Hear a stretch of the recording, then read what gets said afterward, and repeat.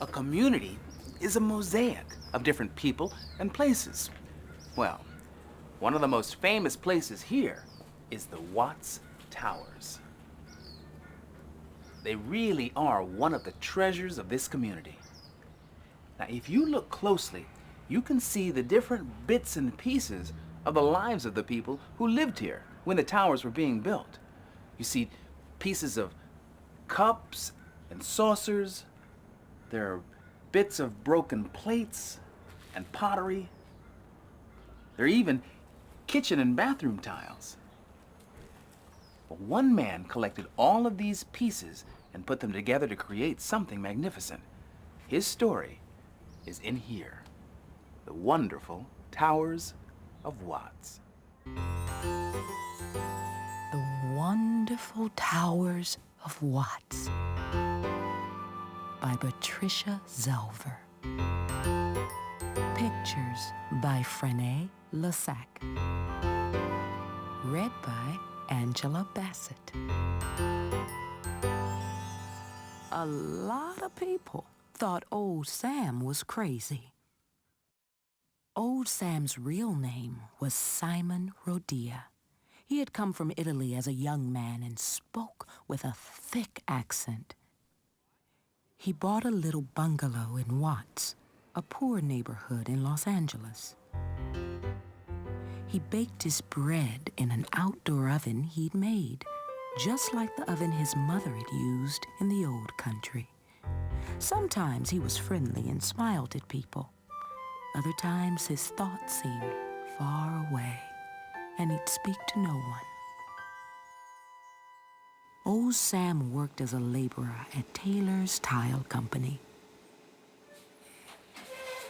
Every evening, he got off the streetcar carrying a large burlap sack of broken colored tiles. What's old Sam gonna do with those, people said. On weekends, old Sam walked down to the vacant lot by the railroad tracks and collected things that people thought were better thrown away. He brought home blue milk and magnesia bottles, broken bits of colored pottery, even pieces of broken mirrors. Sometimes he paid the neighborhood kids pennies or cookies to bring him empty green soda bottles and sacks of seashells. What does old Sam want with all that junk? People wondered. Old Sam spent most of his money on sacks of cement, sand, and steel.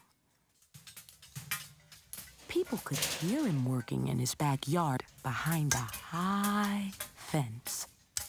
Old Sam, what's he up to? They said.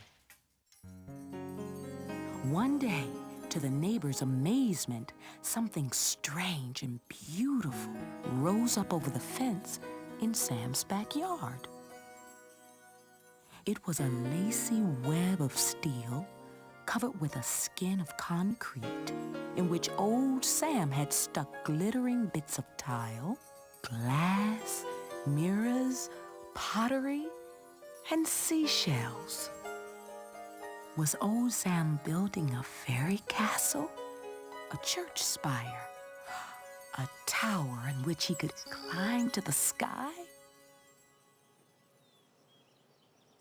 Everyone stared in wonder at old Sam's creation. Sam went on working. He worked all by himself for 33 years in all kinds of weather, high off the ground, with only a window washer's belt to keep him from falling. While he worked, he listened to opera music. His favorite singer was Enrico Caruso. Old Sam could be heard singing along with him. The children of the neighborhood grew up and had their own children who watched old Sam's towers soaring into the sky. Old Sam was getting older, too, but he went on working just as before. Sometimes old Sam invited the neighborhood children into his yard. Inside, the children found a magical city with little streets, squares, and fountains. The walls were covered with heart shapes, seashells, colorful tiles, and a golden bumblebee. Stuck in the cement were all sorts of curious objects, which old Sam had collected over the years. A teapot spout, cowboy boots, a horseshoe. Newspaper reporters heard about the towers and came to see them. "What do they mean?" they asked him. Old Sam just smiled. "Where are your plans?" they said. Old Sam pointed to his head. "Why did you do it?" they said. I just felt like it," old Sam said. One day, when Sam was 80 years old, he gave the key to his house to a neighbor and went off to live near his relatives in another city. It was the last time he saw the towers. He never came back again. Watts is still a poor part of Los Angeles, but no other place has the Watts Towers. And every year, people come from all over the world to marvel at old Sam's crazy dream.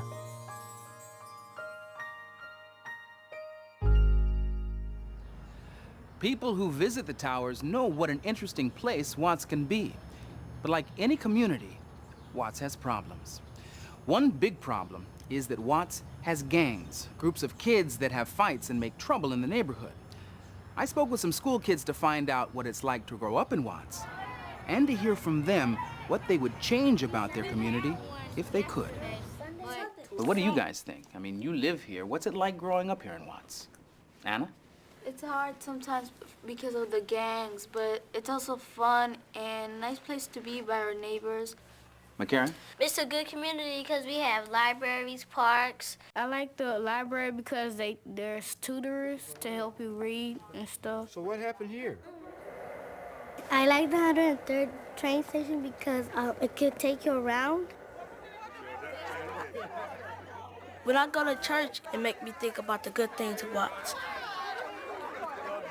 One day, my dad's friends came in there and asked us, "What area was this?" And my dad said, "Watts." And they said, "I don't like this place because there's a lot of shooting and stuff." And my dad said, "Well, I like it here, and I want to stay here. I don't want to move from here." Mm-hmm. Raul? Half of my neighborhood is invaded by gangs. So let's talk about gangs for a second. What are some of the bad things about gangs? What are some of the things that the gangs do that are really negative in the community? Marquise? Try to get the kids to do some drugs like they've been doing. They try to get the kids to sell them and stuff like that. Right. I saw this guy in the corner, the same corner of mine. There was a drive-by and they shot him right there. And right now there's some blood stains right there. Still and there. Bullet holes. Mm-hmm. So this was recently? Yeah. Yeah. So the gangs are really responsible for a lot of drugs in the neighborhood? Yeah. And shootings? Now tell me this, why would anybody want to join a gang? You see people be in a gang, you want to be in a gang. Mm-hmm. The temptation is when they see all the fancy stuff they have, like the rings, guns, and they want it. It just, that gets them to get it right then. Mm-hmm. They force you to do stuff, and then when you do it, you're going to be in jail. Like what kind of stuff do they force you to do? Kill people, rob. John? If you be saying no, they be saying you like chicken, all that, and You're weak? yeah. Mm-hmm. Marquis? They like father is in the gang, and they want to be just like their father, and they end up joining it. Right. Sometimes. Like father, like son. Is it hard for kids to stay out of gangs? Yeah. It's not hard? Why isn't it hard? Why isn't it hard? My mom always tells me that don't get out of gang because you're not going to get your career, because I always want to be a doctor. Mm-hmm. I say that it is hard. It is hard. I see some parents that sometimes they're pushing on kids to be on gangs the way they treat them. Really? Parents push kids into being in gangs? Well, not sometimes. Hang on. What do you mean by that, Anna? Well, some parents kind of like, they don't, when the kids want to talk to them, but the parents are used in another world. They're on drugs or alcoholic. So the kids can't get any attention at home, and so they get it on gangs. Because on the street. So what can you do to resist that pressure? You have to trust yourself. Don't, like, if they talk to you, come on, let's go. You want to join our gang? You have to believe in yourself to not be with them. That you're stronger than they are. You're stronger than them. You have something you want to add to that, John? Don't dress like one and don't walk like them and stay away from them.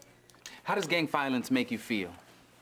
The gangs, it's like they're embarrassing the Watts. They embarrassing the Watts. The community, huh?